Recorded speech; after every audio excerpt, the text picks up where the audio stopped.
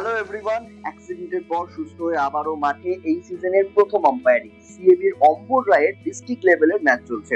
সকাল 9টায় কুচবিহার রাজবাড়ী স্টেডিয়ামে পৌঁছে যাই। কুয়াশার কারণে হালকা একটু দেরি করে খেলা শুরু হয় আজকে। আর এরই ফাঁকে একটা দল ওয়ার্ম আপ করছে, আর অপর একটি দল তারা তাদের সার্টিফিকেট গুলো অবজারভারের কাছে ভেরিফিকেশন করাচ্ছে। আমার আজকের পার্টনার আপ্পাদা সব রেডি, দুজনে নেমে পড়লাম মাঠে। এই মাঠের একটা স্পেশালিটি হলো এই মাঠ থেকে রাজবাড়িটাকে খুব সুন্দর দেখা যায়।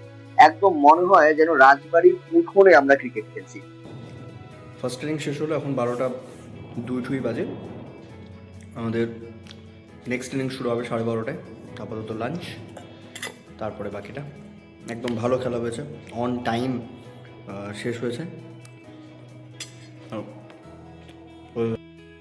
লাঞ্চের পর সেকেন্ড ইনিংস অল্প রানের টার্গেট ছিল, তাই খুব একটা প্রবলেম হয়নি। খুব সহজেই মাথাভাঙ্গা এই ম্যাচটি জিতে যায় এবং এরপরেই আমরা একটু আড্ডা মারি।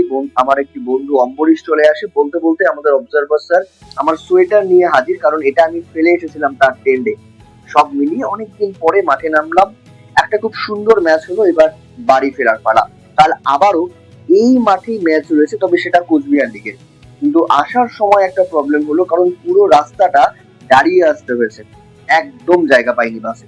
যাই হোক, এই হলো আমার আজকের সানডে।